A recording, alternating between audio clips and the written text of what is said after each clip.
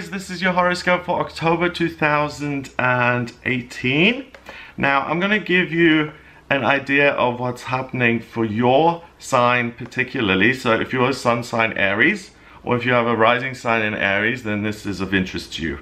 So the first day of the month, and the first couple of days really, are really defined by the Sun and Mercury sitting in your 7th house. So your identity and your ability to communicate are both in the lovely signs of Libra, so you find it easy to come across with, easy to get your point across to others. Venus, the planet of love and beauty, and Jupiter, the lucky planet, that is in your 8th house in Scorpio. The 8th house has to do with anything that's bigger than yourself. So a government, an institution, the other side, educational facilities, anything bigger than you. An AA group, for instance, that's anything bigger than yourself.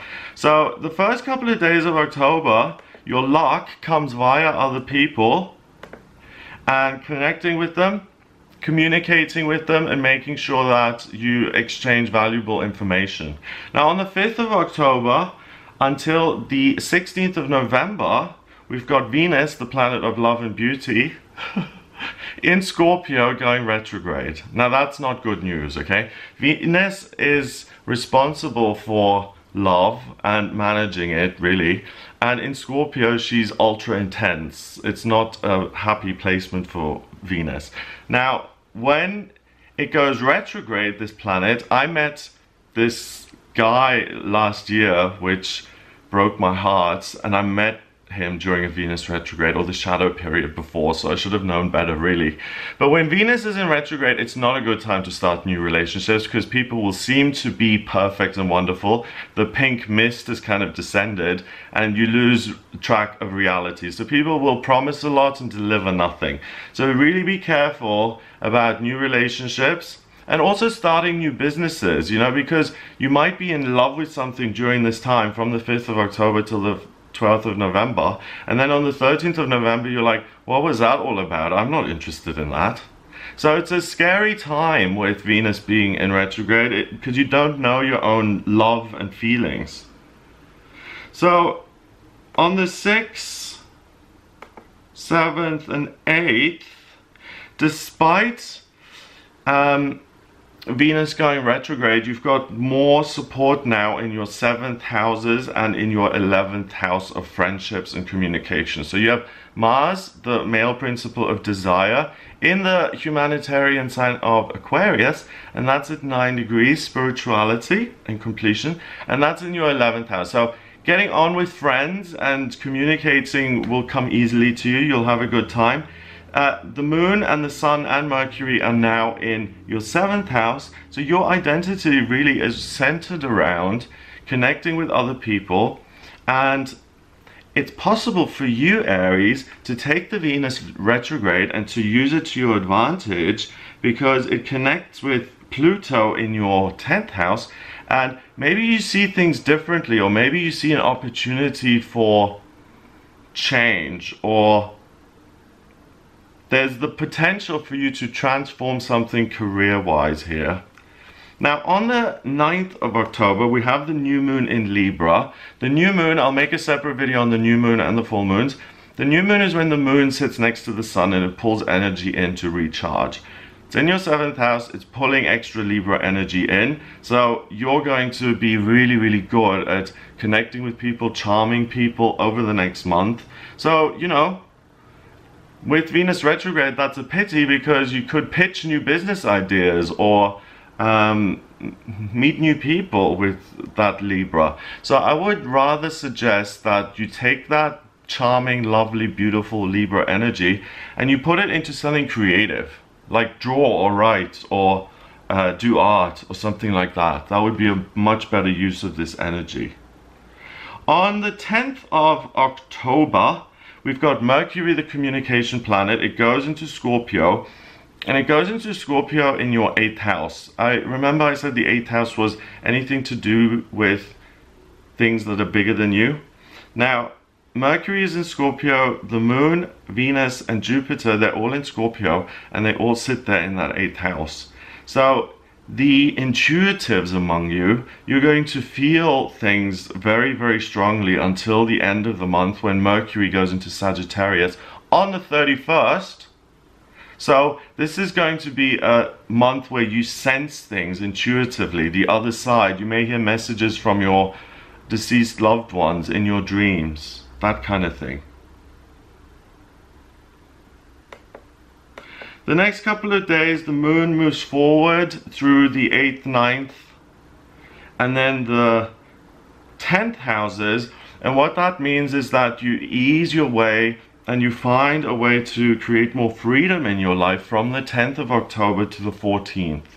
So whether you find a way to change your hours so that you have more time, or whether you want to transfer, or you want to go on a trip and really discover new cultures and new ways of doing things, the 10th to the 14th is a time when you're most teachable.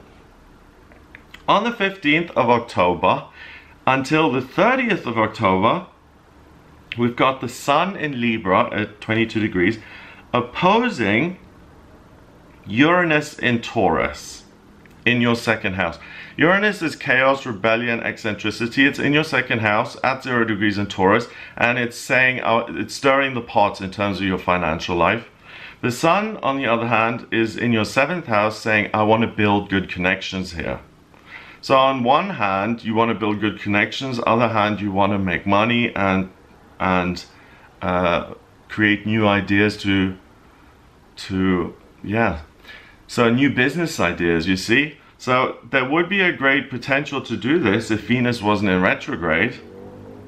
But if you decide to start a partnership now and build a business on the 15th of October while Venus is in retrograde, it's not a good time to do that. If you can time it differently at all and do it in November, that would be much better for you. So this energy is about securing your finances, expressing yourself artistically. If you want to increase your finances, it's about you expressing yourself creatively, and it's about building good bridges with other people, but not demanding things and not kind of expecting wonderful things to come from other people without you pushing or asking for them.